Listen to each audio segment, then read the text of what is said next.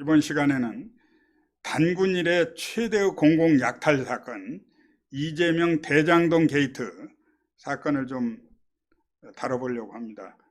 오늘 예. 소장님, 이 사건을 예.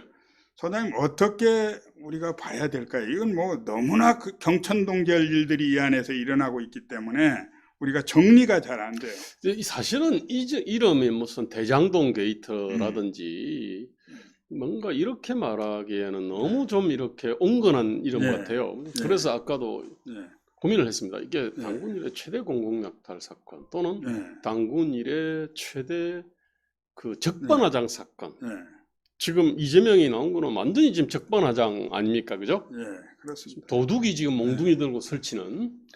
그래서 아마 앞으로 무슨 이 사자성어들이 나올 것 같아요. 이건 이재명식의 어떤 완전히 어떤 그냥 뻔뻔한 이게 적반하장을 표현하는 무슨 말들이 막 나올 것 같아요. 저는 어젯밤 제가 이재명하고 보니까 페이스북 친구예요. 그러세요. 아니 친구인 거는 저는 이제 이재명은 오래전부터 제가 주시를 했습니다. 2010년 그 전부터. 근데 최 대표님 같은 경우는 저보다 훨씬 더 오랜 인연이 있죠. 그죠? 저는 이재명 성남에서 40년 이상을 함께 지역에서 살고 또 운동도 같이 또 민민운동 중학생 때부터 봤다고 그렇죠. 중학생 때입니까? 초등학생 때입니까? 그렇죠. 그때 이제 이재명 지사가 그 당시에 이제 가정이 어렵다는 건 다 아시잖아요. 다 그때 다 어려웠지만 근데 제가 이제 성남에서 독서실을 하고 학원을 하고 있었어요. 네네. 그때 이제 우리 독서실에 와서 공부도 하고 그래서 이재명 지사에 대해서는 가급적이면 또 저도 검정고시 출신입니다. 근데 이재명 지사도 검정고시 출신인데 잘 알죠. 형수 집안도 잘 알고 그런 관계에서 참 말하기가 그래서 어떤 경우도 제가 이재명에 대해서 특별히 말하고 싶지는 않아요. 그렇습니까? 그리고 이제 제가 이제 운동하다 보니까 우파 진영에 이재명이 종북 노선 이런 데 대해서는 제가 비판을 하고 제가 종북 척결 대회도 하고 저도 그랬지만 이재명하고는 그렇게 부딪힌 건 없습니다, 저는. 근데 요번 화천대유 요 게이트와 관련해서는 또 너무나 입을 다물고 가만히 있는 것도 이상하다. 그렇습니다. 그래서 좀 그냥 이야기를 좀 하게 됐는데 참 이야기하기도 참 저도 참 힘이 듭니다. 저는요 사실은 2010년 이전에부터도 약간 저 얘기 좀 들었어요. 나라정책연구소 연구회라고 있었는데 그게 이제 왔다 갔다 했거든요. 그때 변호사 신분으로 2010년에 어쨌든 그 전에 이제 이 정동영 무슨 정통사가 있어요. 정통령을 사랑하는 사람인가? 정동영. 그때 이제 성남에서 지역 책정도 했을 겁니다. 그거는 이제 2010년 전이고 어쨌든 2010년에 이제 지자체장이 이제 됐고 바로 모라토리엄 선언을 갖다 하더라고. 그리고 나서 이제 쭉 지자체장으로서 또 행보하는 걸 제가 쭉 봤거든요. 그러니까 제가 이제 지자체의 정책과 사업을 연구하는 게 지자체에 관련된 제도, 정책, 사업을 연구하는 것이 사회디자인 연구소에서 굉장히 중요한 일이에요. 그래서 제가 유심히 봤습니다. 보면서 이제 사실은 지자체장한테는 가장 큰 권한이 토지와 부동산 관련된 권한입니다. 개발. 이거는요. 예컨대 인사도 있는데 인사 그거는 뒷돈 받아주고 받아먹고 해가지고 푼돈 5천만 원 받아먹고 3천만 원 받아먹고 승진시켜줘가지고 감옥 가고 이런 건데 참 어리석은 놈들이지. 근데 이제 토지와 부동산 관련된 거는 원래부터요 지자체장이 움직이는 가장 큰 이권이었습니다, 사실은. 그래가지고 단적으로 말입니다. 저 시골에 인구 한 2, 3만 되는 군. 그 전체 예산이 한 3천억, 4천억 이렇게 되거든요. 그럼 그 중에서 이제 보면은 지자체장이라는 게 도로 관리해라, 그 다음에 수로를 관리를 해라, 산을 관리를 해라, 햇벌을 관리해라. 어쨌든 땅 관리, 사람 관리인데 땅 관리라고 하는 거는 기본적으로 기업한테 돈을 줘야 될 거 아닙니까, 그죠? 이 토목건설공사니까. 그래서 원래 이제 지금도 그 지자체에서 이제 토목건설공사, 지자체가 하는 토목건설공사 그걸 맡으면은 무조건 30~40% 남는다는 게 정설이거든요. 그렇죠. 네. 근데 바로 그 이권을 움직이는 거예요. 그래서 그 이권이 수도권에 있는 지자체장들 같은 경우는요, 사실은 대통령보다도 사실은 돈을 더 크게 해먹으려면 먹을 수가 있거든요. 실제로 그렇죠. 이번에도 1조 단위잖아요. 조 단위. 그래서 제가 걱정을 했어요. 이게 그 고양이한테 맡겨놓은 생선가게 같은 건데, 그런데 이제 그거를 갖다 지자체장 스스로 양심으로 제어를 하고요. 주변 사람들이 제어를 합니다. 그렇습니다. 그 다음에 지자체장에 대해서는 검찰이라든지 이쪽도 지자체장의 부정비리로 이렇게 딱 잡아내면요. 굉장히 승진이 빨라집니다. 그래서 그러니까 지자체장에 대해 가지고는 이 일종의 너무나 거대한 이권들을 갖다가 딱 쥐어줘 놨기 때문에 그 양심의 틀이 난 놈이나 영혼이 썩은 놈이나 아니면 주변 패거리들이 완전히 어떤 이 도덕을, 그러니까 양심이 하나도 없는 이권 추구 집단이거나, 그 다음에 어떤 검찰이라든지 경찰이나 법원이나 이쪽이 사실은 제대로 어떤 견제하고 감시를 못하면은, 그 다음에 또 한편으로는 그 후임자도 있어요. 그러니까 이게 정권 교체 있잖아. 지자체의 교체가 민주당에서 국힘으로 왔다 갔다 하다 보면요. 그러면은 이 후임자는 전임자의 어떤 부정 비리 있지 않습니까? 이걸 갖다가 잡아내게 돼 있거든요. 그런데 이제 정권 교체가 안 일어나는 이런 조건을 갖춘 데는 이거는 정말로 큰 사고가 날 수밖에 없는 구조를 갖고 있거든요. 지금 이게 이제 구조적인 문제가 정치가 지난번 그 지방선거 때는 그 트럼프의 그 대북 쇼 바람에 전체 90% 지방선거에 모두 전멸을 하지 않았어요. 그리고 그 다음에 그러면 국회의원 선거 총선 때는 이 코로나 방역, 정치 방역을 통해서 180석이라는 정말 3분의 2 이상을 압도적으로 이렇게 이제 의회 권력까지를 중앙정치, 지방정치가 모두 넘어가 버린 상태에서 무소불위의 이제 이 행정, 폭치가 시작된 거거든요. 거기에서 기인했다고 보고요. 그리고 이게 이제 이재명 같은 경우는 그러니까 성남 권력 안의 문제, 그러니까 의회가 감시를 못하고 언론은 원래 지방으로 감시를 못하지 않습니까? 그죠? 그 다음에 그 정권이 바뀌면, 즉 지자체장이 바뀐다면은 또 이게 완전히 틀리니까. 그래서 이 성남 안에서의 어떤 그 지방 권력의 교체 가능성, 원래 이런 것들이 이제 없어진 상태에서 내가 볼 때는 이제 저 엄청난 돈을 가지고 경찰과 그 김사랑 씨나 이재선 자기 형 정신병원 입원 사건 있지 않습니까? 이것도 제가 볼 때는 경찰이나 그 병원 있지 않습니까? 그 판정하는 또 의사나 병원에 대해서 나는 의심해봐야 된다고 생각되는데 이런 부분들까지를 갖다 장악을 갖다 하고 그다음에 이 돈을 가지고 제가 볼 때는 저 위에 이제 검찰이나 법원 쪽 있지 않습니까?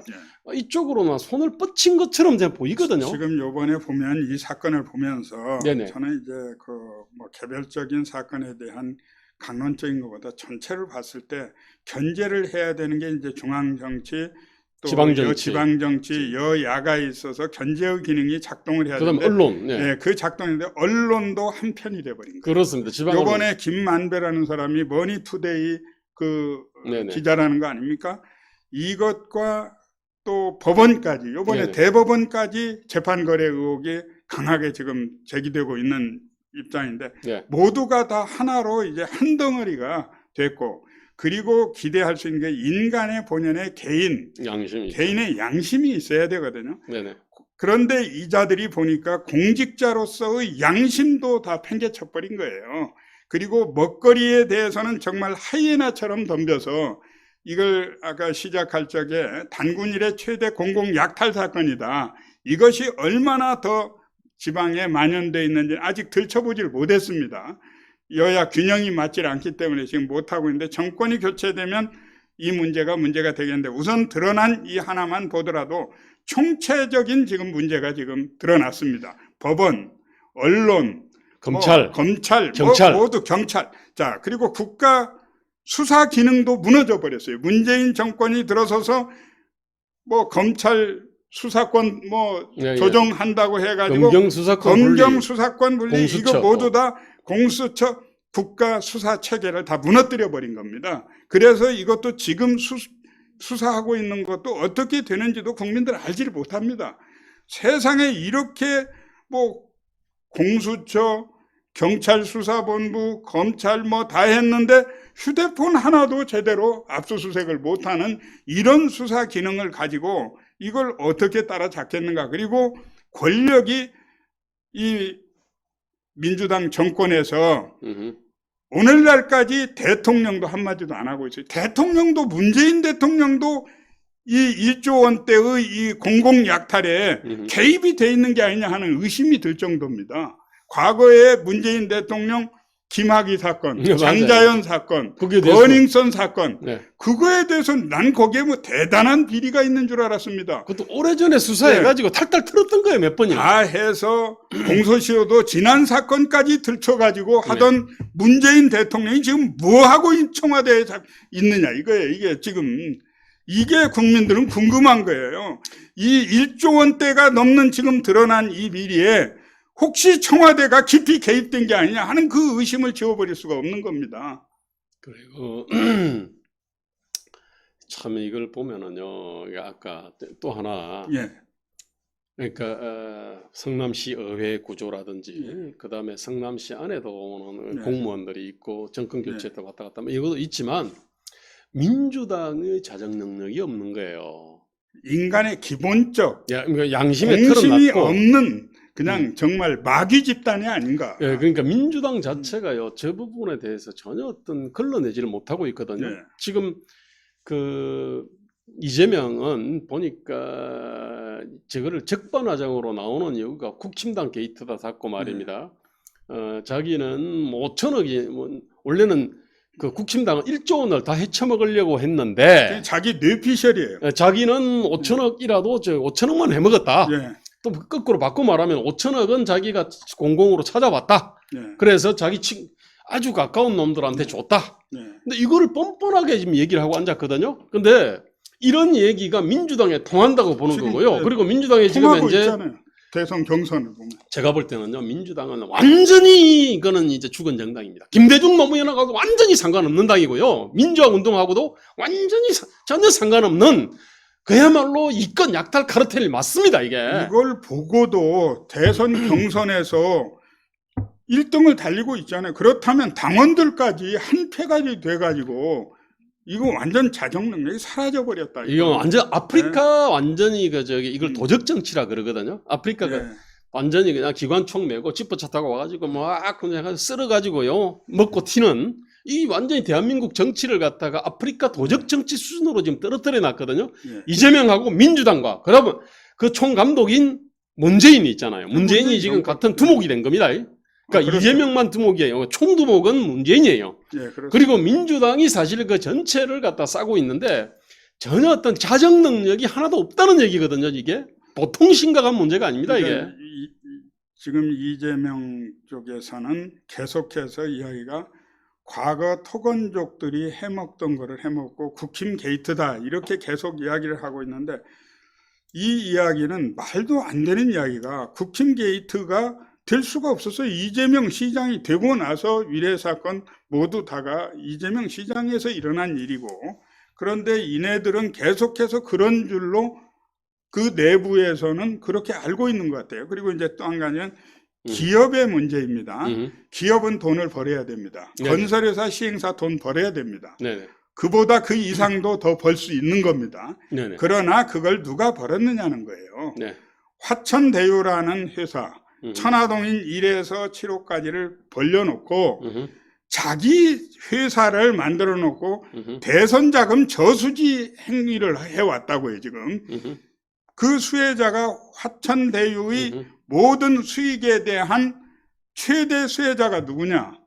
이재명이에요. 이재명 현재로서는 이재명 패거리죠, 그죠? 이재명 패거리인데 지 주머니에는 아직 한 푼도 그렇죠. 안 들어갔다 그랬죠. 아니, 지 주머니에 안 들어간 거 맞죠? 1원도 이재명 통장에 안 들어간 거 맞죠? 자, 그러면 지 주변에 온통 그 ATM 기지죠. 현금 인출기들한테 돈 다 집어넣어놓고 필요하면 꺼내 쓰겠지. 자, 화천대유에 벌은 돈이 네네. 화천대유 천화동인 1호에서 7호까지 나눠졌는데 네네. 화천대유에서 이재명 변론을 맡았던 사법동기 수원지검장 하던 강찬우 변호사가 거기에 자문을 했고요.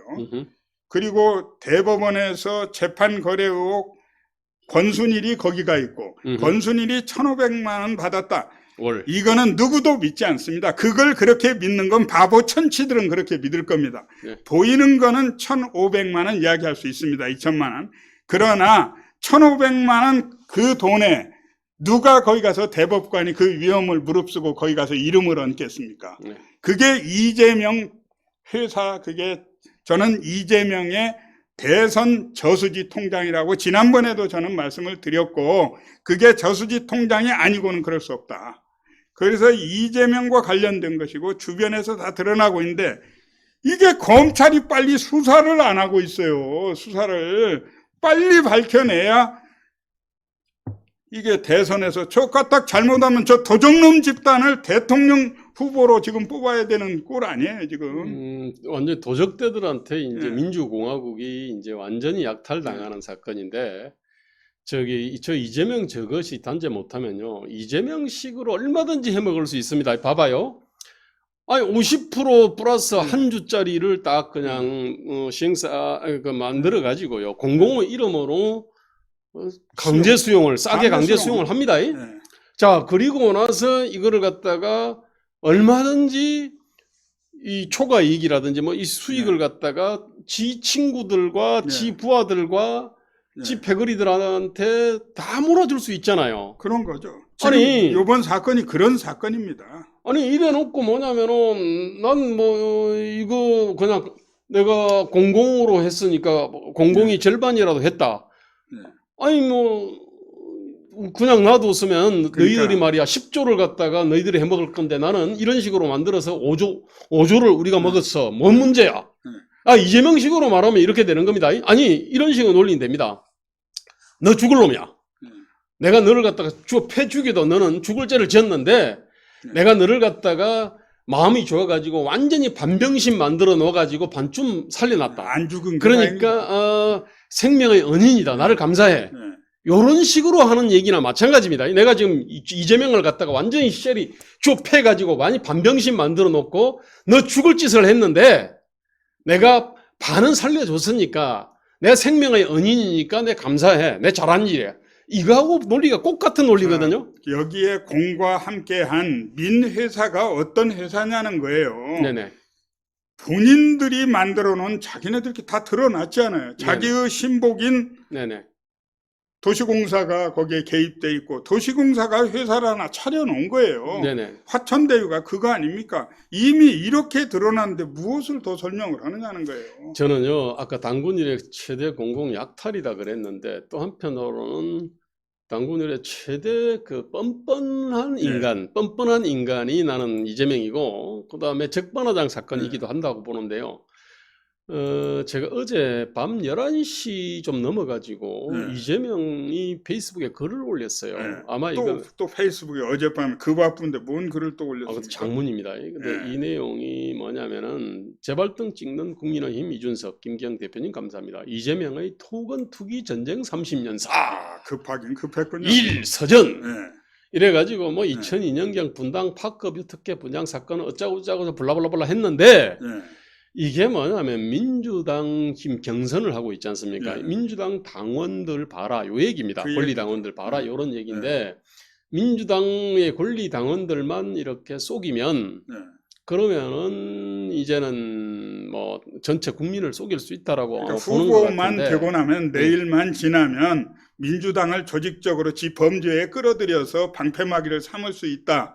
이런 생각을 갖고 있는 것 같아요. 참 민주당 당원들이 저기에 대해 가지고 그야말로 엄청난 모욕감과 분노를 느껴야 되는데 어쨌든 참 별로 그런 것 같지 않아요. 그래서 이게 민주당이 썩어도 완전히 썩었고 대한민국은 거의 이게 뭐 정말로 썩어 문드러지기 직전이라는 생각이 드는데요. 요 내용을 갖다 보면은 그렇습니다. 뭐 토건 투기 전쟁 30년사 쭈르륵 하고 그걸 길게 써놓고 나서 말입니다. 당연히 여기다가 이제 뭐라 그러냐면은 배임이라고요? 그 다음에 민간업자 몫이 많다고요? 초과이익 한수조항 안 받는 게 배임죄냐? 자, 이 내용을 보십시오. 이 배임이라고요. 예. 국힘 요구대로 민간 개발했으면 성남시 목 5,503억 원도 국힘과 토건 세력 입에 들어갔을 것입니다. 예. 개발 이익의 70% 환수한 재가 배임이면 민간 개발 허가해주고 1% 환수 못한 전국의 대다수 인허가권자는 대체 무슨 죄입니까? 이게 무슨 얘기냐면 민간 개발을 했을 때 그 지금 기존에 그 3개 컨소시엄이 제안을 한 게 있습니다. 예. 그 제안서 내용을 딱 뜯어보면요. 토지 보상비로 1조 원, 1조 2천억을 책정을 했거든요. 예. 이게. 예. 왜 민간 개발하면은 그렇죠. 토지를 시장가대로 수용을 해야 됩니다. 예, 이게. 그렇습니다. 그런데 지금 뭐냐면은 공공의 이름으로 성남의 들을 갖다가 성남도시개발공사가 지분 50% 플러스 한 주를 가지니까 이제 공공이 지배한다 이렇게 된 거죠. 성남의 들은.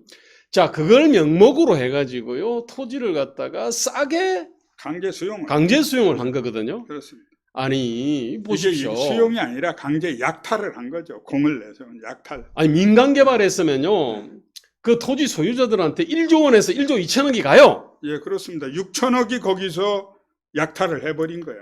자, 토지 수용하는 과정. 이런 쓰레기 같은 어떤 논리를 갖다가 논리라고 지금 펴고 있는데 보십시오. 민간 업자 몫이 많다고요. 자, 읽어드릴게요. 그건 예상 못한 집값 폭등 때문입니다. 네, 그건 문재인 정권 실정으로 돌려놓은 거예요. 아니 보십시오. 네. 방금 토지 수용하는 과정에서 네. 1조에서 1조 2천억을 줘야 될 걸 갖다가 6천 몇백억을 갖다가 주고서 예. 그 차액을 갖다가 이걸 갖다가 네, 이건 거거든요. 6천억. 이게 아파트 값 폭등하고 뭔 상관이 있습니까? 지금요 이재명은 이런 식으로 얘기하는 겁니다. 이게 6천억을 싸게 사고 이거를 해가지고 또 팔았습니다. 그 네네. 택지를 팔았어요. 팔아서 또 배를 남겼어요. 예, 그거는 아파트값 폭등하고 네. 상관없어요. 네, 땅값 자체가. 예, 땅값이 쌌기 때문에. 예, 그렇고 나서 그 다음에 아파트값 폭등으로 인해 가지고 이제 그 분양이 이익이 있는데 그거는 지금에서 계속 들어오고 있는 중입니다. 예. 그러니까 지금 이재명이 하는 일은요, 이 손바닥으로 하늘을 가리는 게 아니고요, 손가락으로 하늘을 가리는 것도 아니고 손톱으로 하늘을 가리려고 그러는 거예요. 이게 그게 지금까지 통해 왔으니까. 세상에 이런 당군이래 이런 쓰레기 같은 어떤 정치인, 이 지자체장 출신 정치인이 또 있을지 의문인데요. 다음엔 지금 뭐라고 그다음에 초과이익 환수조항 안 맞는 게 배임죄다? 뭐 초과이익 환수조항 논의가 있었는지는 모르겠지만 사실이라 해도 배임은 어불성설이래. 네. 당초 성남시 방침이 성남시 몫은 비율 아닌 고정의 각보였고 네. 그러니까 1,800억을 갖다가 네. 먼저 챙겼다. 그게 이제... 아니 근데 이것도 웃긴 게 말입니다. 성남의 뜰에서 이가 무조건 그러면은 1,800억을 갖다가 챙겨준다. 만약에 이익이 안 났어. 그러니까 예. 그러면은 예컨대 화천대유나 이쪽에 그러면은 500억, 1,000억, 1,500억을 갖다가 무조건 그러면은 이렇게 1,800억을 무조건 맞춰주냐? 이것도 아니에요. 그것도 아니에요. 아니 못 벌면은요. 네. 아니 예컨대 한 푼도 못 벌 수가 있습니다. 그러면은 이 지금 화천대유 패거리들 있지 않습니까? 이 패거리들은 3억 5천만 원 손해 보는 거예요. 그렇습니다. 네. 그 다음에 돈 빌려준 쪽 있잖아요. 네. 대출한 쪽은 다 뭐 금융기관이에요. 그럼 그쪽이 300억이나 네. 400억을 갖다가 이렇게 그 손해 보는 거거든요. 그러니까 저거 뭐냐면은 바로 저게 가장 큰 어떤 사기거든요. 그러니까 성남시 몫은 성남시 방침이 저 이재명의 방침입니다. 네. 성남시 몫은 비율 아닌 고정의 각보였다. 도대체 네. 누가 저걸 갖다 해라 그랬어요. 저 자체가 말이 안 되는 얘기거든요. 네. 그래. 아니 고정액이라는 게 말입니다. 1,800억을 갖다가 금융기관이라든 이쪽이 무조건 출혈을 해서라도 맞춰준다. 그러면은 말입니다. 어느 정도 말은 조금 됩니다. 근데 그것도 아니거든요. 그렇습니다. 저거는 뭐냐면 그냥 성남시의 몫은 1,800억 원에 완전히 딱 그냥 고정시켜 놓고 나머지 초과 수익을 다 먹도록 만들어 놓은 거거든요. 그렇죠.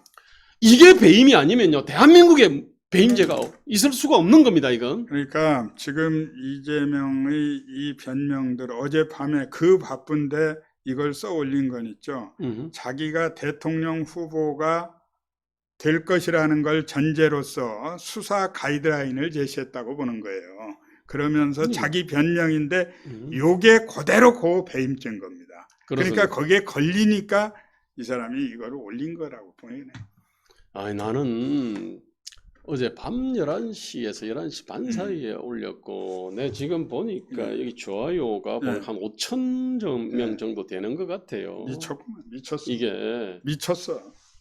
아니, 저런 말도 안 되는 얘기를 갖다가 지금 5,229명이 좋아요를 눌렀네. 보니까 댓글이 718개, 공유가 1,040회 걸렸는데 비극입니다. 이런 개쓰레기가, 근데 이제 이게 진짜 손톱으로 하늘을 가리려고 하는 작자의 어떤 이 쓰레기 글에 대해 가지고 좋아요가 5,200개가 넘고 공유가 1,080회가 넘고, 이게 지금 대한민국이 완전히 지금 이제 썩어 문드러지고 있는 겁니다, 지금. 공공을 지금 죄악시하고 있는데, 아, 그런가. 저걸 네. 공공을 내버려 뒀으면, 공공으로 했으면 임대아파트, 서민아파트가 25%, 30%가 들어갈 수가 있었어요. 그렇습니다. 그런데 그걸 모두 해서 민간으로 돌리고 자기가 직접 갔다가 성남에 그 자리에 원래 공공 아파트가 들어갈 것도 다 줄여버려가지고 6%인가 남겨놨다고 합니다. 네네. 그리고 그 자리에 공공으로 개발했으면 공공 부지 같은 게 학교 부지 뭐 등등 다 나옵니다. 그런데 그 부지가 없어서 동사무소 주민센터 지을 땅도 안 남겨놓고 다 이익으로 먹어버렸다는 거 아닙니까? 그리고 5천억을 벌었다는데 왜 제발 좀 야당에서 이 평론가들 엉뚱한 소리 나와서 계속 하더라고요. 속에 천불이 납니다. 네네. 5천억을 벌은 게 돈으로 벌은 게 아니에요. 모든 민자 회사들이, 민간 회사들이 가서 개발 사업을 하게 되면 도시 기반 시설을 다 하게 돼 있습니다. 그렇습니다. 그걸 돈으로 쳐가지고 5천억을 벌었다고 지금 사기를 치고, 이거 공직선거법 위반입니다. 네네. 만약에 맞습니다. 이거를 개발을 하면서, 예를 들어서 우리가 분당 개발을 했습니다. 분당 개발할 때 수서고속도로도 놨고 내곡도로도 놨고 도로도 확장하고 했습니다. 그러면 수십조 원을 버는 꼴이 돼요. 그렇습니다. 그거 어떤 지방자치단체장이 그거나 돈 벌었다고 돈으로 칩니까? 그렇습니다. 도시 기반 시설 한 거를 자기의 치적으로 자기가 돈으로 벌었다. 이거 사기꾼이 아니면 이런 말을 할 수가 없어요. 그렇네. 돈을 벌어온 게 아니에요. 그런데 그 대장동에 공공부지를 하나 제대로 확보 안 해놓고 다 팔아쳐먹은 겁니다, 지금. 저기 보습니다. 여기 보면 저는 노스트라다무스가 아니었어. 수는 누집값이 오를지 몰랐다. 그러니까 영창 가야 감옥 가지 않겠습니까? 정상적인 대한민국이 법이 살아있고 정상적인 나라라면 이재명 반드시 저는 이 대선 전에 감옥 보내야 대한민국 국가가 나라로 살아남을 수 있다고 생각합니다. 어떻게 저런 자를 대통령 후보로, 집권 여당의 대통령 후보로 내놓습니까? 민주당 정말 정신 차려야 됩니다. 세상에. 이 보십시오. 또 라이트 형제의 비행기 설계가 알카이다의 9.11 테러 설계가 될 수 없다. 이게 완전 궤변으로, 견광부의 궤변에 완전 이런 적반하장에 내로남불에 총체적 어떤 단어로도 이자들의 실체를 드러낼 수가 없어요. 당군 이래 유일한 초대규모 이익 환수를 예고하고 아마 우리 역사 이래 이렇게 뻔뻔한 놈이 없을 거야. 뻔뻔하고 이렇게 큰 부정 사건이 없었습니다. 어떤 비리도 이런 사건이 없어요. 무엇보다 이런 거를 갖다가 검찰 경찰이 제대로 단죄를 하지를 않고 대통령이란 작자가 그래요. 응? 오래된 어떤 장자연 사건이나 김학의 사건에 대해서 재수사를 갖다가 명한 그 대통령이, 자, 금년 4월에 그 473억의 돈 세탁하는 과정에 83억이 이상하게 돈이 흘렀다고 금융정보원에서 통보를 했잖아요. 네네네. 그걸 받고 국가경찰본부는 뭐 했냐는 거예요. 그렇습니다. 경찰청장. 대통령이 지금 명을 해야 되거든요. 경찰에 그렇습니다. 대해서. 그러면 그 83억이 그 시점으로 보니까 대법원 재판 거래한 그 금액일 것으로는 안 보입니다. 그 금액, 네, 그 시점이 맞습니다. 네, 좀 수사를 해봐야 되는데. 네, 수사를 해보면 그거는 이제 뭐 사형 무기냐 네. 아니면은 징역 5년 10년에 뭐 추징금 1,000억이냐 뭐 이런 문제인데. 그런데 그런 수사를 전혀 하지 않고 있어요. 정황이 다 드러났지 않아요. 그 83억을 따질 수 없는 돈으로 내부에서 그렇게 나오고 있거든요. 지금 보니까 뭐 영수증 없이 써야 되는 돈을 썼다. 자, 473억이에요. 그런데 그 중에 473억을 뭐 다 따져봐야 되겠지만 그중 83억이라는 돈 있잖아요. 네네네. 83억이 재판 거래에 쓰인 돈으로 보입니다. 그래서 저는 그렇게 저는 거의 확신을 가지고 있어요.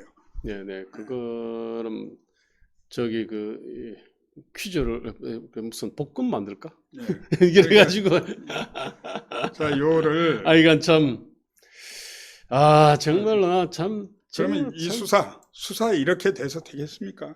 예, 이 수사 지금 검찰이 미적미적해서 경찰은 4월에 통보받고도 미적미적하고 있다가 이게 살살 이제 정영학 그 녹취록이 다른 데서 슬슬 흘러나오니까 검찰은 그 전에 저는 알았다고 봅니다.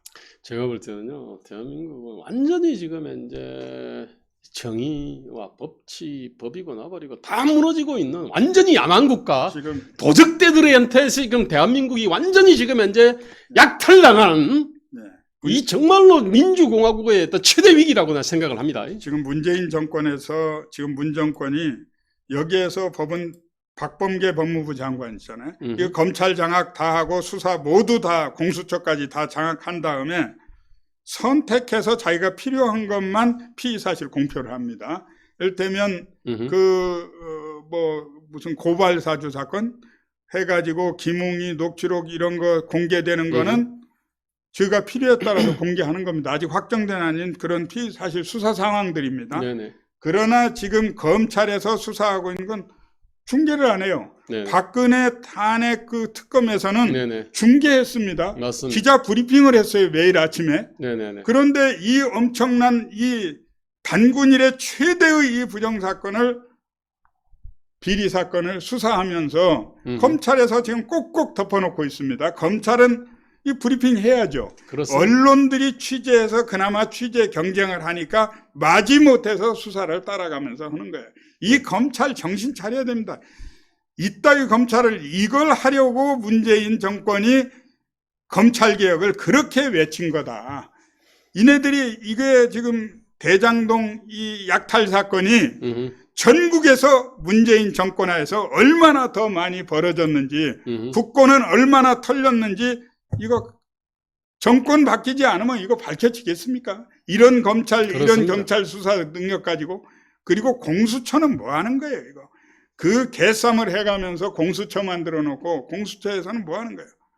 국정원장이 뭐 제보사주, 그건 또 국정원장은 제보사주로 걸렸다는데 제보사주 이건 어쨌든 아이고 정말 참 기가 막힙니다. 자, 이 수사를 계속해서 검찰이 수사를 빨리 하도록 우리 국민들이 야당들이 모두 나서서 전면적으로 지금 국감 기간인데 국감 해봐야 소용없어요. 전체 국회의원 들어넣어서 특검 되기 전까지는 전체 나와서 청와대 앞에 가서 들어 누워라. 근데 저는 참 그런 생각이 들더라고요. 2년 전에 그때 10월 달 있지 않습니까?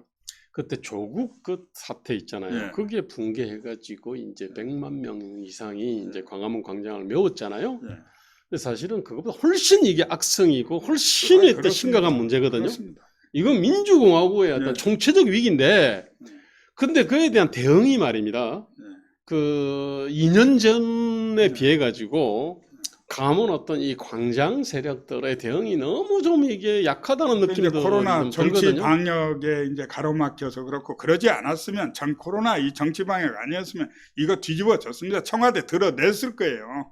근데 참 그렇다고 해서 언제까지 이렇게 코로나 정치 방역에 당한다는 것도 참 제가 볼 때는 굉장히 자존심이 상하거든요. 지금 이제 언론들이 저는 쓰레기 같은 놈들이 집권해가지고 코로나 정치 방역 휘두르는데 그거를 갖다 돌파 못한다는 것도 저로서는 굉장히 자존심이 상합니다. 사실. 자괴감이 듭니다. 그렇습니다. 차라리 우리가 이거밖에 안 되나? 이거밖에 안 되나 하는 생각인데 지금 검찰 네네. 이렇게 중요한 어마어마한 사건이거든요. 네네. 이 역사상 이런 사건이 없었는데 이 검찰 수사하는 거 보세요. 수사 인력을 보강했다는 뉴스도 하나 없어요. 네네. 평상시에 하던 서울지검에 맡겨놓고 그냥 평상시처럼 수사를 하고 있는 것 같아요. 이거 지금 전국 검찰력을 전체 동원해가지고 빨리 수사를 해서 이 경선 전에 발표해야 될 거 아니겠어요? 그렇습니다. 네네. 절대로 이거 검찰 수사로 덮을 수 없습니다. 그렇습니다. 검찰이 이걸 덮을 수 있고 적당히 넘어갈 수 있다고 생각하면 큰 그 검찰과 네. 지금 그 경찰이 바로 네. 공수처의 수사 대상이 되거나 지금 공수처 나중에 네. 바뀌었을 때 네. 정권의 그 검찰의 단죄가 될 수밖에 없습니다. 이거. 지금 공수처하고 네. 국가수사본부, 네네. 경찰, 검찰 이번 이 사건에 이거 반드시 다음 정권에서 네네. 전부 다 수사받게 된다는 거 알고 네네. 우리 국민들도 반드시 이거 응징해야 됩니다. 네. 이거 반드시 잊어서는 안 됩니다. 그리고 빨리 이걸 수사를 적극적으로 할 수 있도록 모두 정말 초미의 관심을 가지고 지켜봐야 된다고 생각하고 언론도 지금까지 잘하고 있습니다. 언론이 네네. 그나마 언론이 이만큼 끌고 가는 거예요. 네네. 자, 민주주의 대한민국을 지키는 건 언론에 달려 있습니다. 네. 어떻게 하느냐. 알겠습니다. 이 언론에도 각별히 좀 부탁을 드리면서 오늘 이 시간 마치겠습니다. 감사합니다. 네, 감사합니다.